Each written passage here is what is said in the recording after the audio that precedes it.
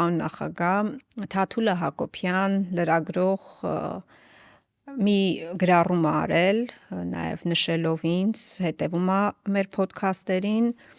եւ հիմա պետք է ես այդ հարցը բնականաբար հնչեցնեմ որպես սոլիդարություն նաև իմ գործընկերոջ իհարկե նկատմամբ եւ քանի որ նաև թեման է ըստ էության հետաքրքիր հաշվի առնելով վերջին ձեր հարցազրույցում արված են գնահատականի որ ամենամեծ բանը ինչի համար փոշմանել եք դա այսպես իշխանության ժառանգորդի ընտրությունն է որին հաջորդեց նախագահ Սարգսյանի հայտարարությունը, որ ինքը դրա մասին 20 եւ ավել տարի գիտեր, ինքը միշտ իմացել է դրա մասին եւ հիմա դուք դրա մասին խոսում եք բաց եւ հրապարակային։ Թաթուլի հարցը ո՞րն է։ Թաթուլ ասում է արդյոք ձեր եւ Սերժ Սարգսյանի միջև եղել է լուր համաձայնություն,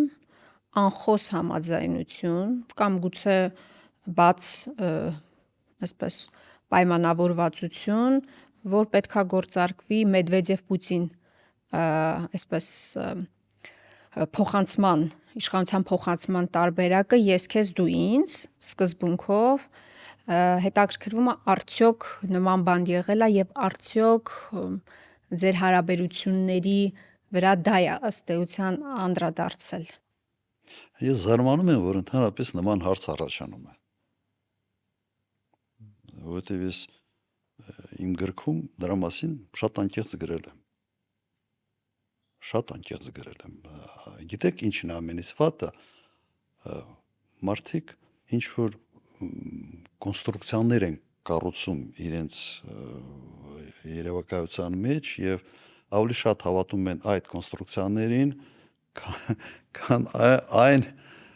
ինչ շատ կոնկրետ օրինակ ես շարադրել եմ գրքում որևէ պայմանավորություն չենք ունեցել որևէ մտադրություն քաղաքականությամբ զբաղվելու չեմ ունեցել եթե ունենայի վերջի այդ հնարավորությունը այն ժամանակ կար եւ լծակներ պահելու եւ պայմանավորություններ ձեռք բերու չի եղել որևէ նման բան ցանկություններ չեք ունեցել այսինքն որևէ ցանկություն չեմ ունեցել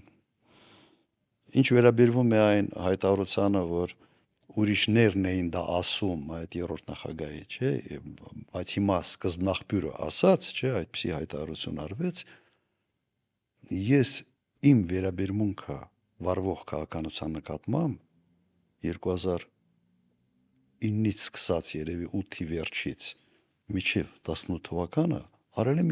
իմ անունից, իմ համաձայնությունը կարևորագույն հարցերի վերաբերյալ ես տարբեր հարցազրույցներով հաճախակի չէր, բայց տարին գոնե 1-2 անգամ կարևոր հարցերի վերաբերյալ արտահայտվել եմ։ Անհամաձայնությունը։ Այո, անհամաձայնությունը ես արտահայտել եմ ինքս, իմ անունով, բայց դա չէր նշանակում, որ ես ձգտում ունեի ինչ որ գալ իշխանության։ Այլ հարց է, որ այո, այն ժամանակ իշխանությունը եւս միշտ համարում է, որ չի կարող այդ ձգտումը ունենալ, անպայման պիտի փորձի։ Եվ պրևենտիվ, այսպես ասենք, կանխարգելիչ ձևով փորձում էին անընդհատ իմ դեմ, ասենց բավական լայնածավալ քարոզություն իրականացնել տարբեր լրատվամիջոցների Դրա մասին խոստովանություն էլ եղավ ակնհայտ։ Այո, եւ խոստովանություն եւ հայտնի զրույցը մեկ Պաշտոնյայի Միացյալ Նահանգների դեսպանատան աշխատողի հետ, որը նաեւ Wikileaks-ով, եթե չեմ սխալվում, հրապարակվել է։ Չեմ ունեցել նման ցանկություն եւ այդ չունենալու փաստը մեր ընդհանուր շփման մակերեսի միջոցով ես մի քանի անգամ փոխանցել եմ։ Ասել եմ հանգիստ մնացեք, չունեմ այդ ցանկությունը։ Բայց ես չեմ ուզում, որ ձեր այսօրվա քայլերը նույնացվեն իմ հետ։ Ես չեմ ուզում, որ մտածեն, որ մենք միասին ենք, ես այս ամեն ինչի հետ հաշտ եմ։ Այսպես էր։ Եթե հիշում եք, եւ սահմանադրական բարեփոխումների նկատմամբ այն ժամանակ ես արտահայտվեցի եւ հայ-թուրքական արձանագրությունների մի շարք այլ sense կարևոր sense հնչողություն ունեցող հարցերի վերաբերյալ ես հենց ինքս էի հարցազրույցներ տալիս եւ կարծիք արտահայտում։ Ես կարծում եմ, որ մենք պետքա շարունակենք մեր ճանապարհը եւ գնանք դեպի հաղթանակ միասին եւ վստահեցնենք մեր ժողովրդին, որ մենք այս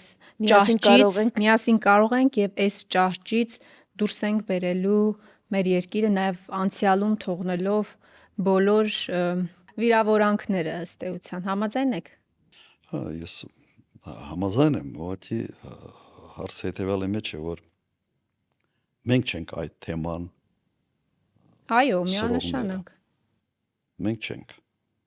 Եվ տվյալ դեպքում ենթադրաբար այդ 18 թվականի իրադարձությունները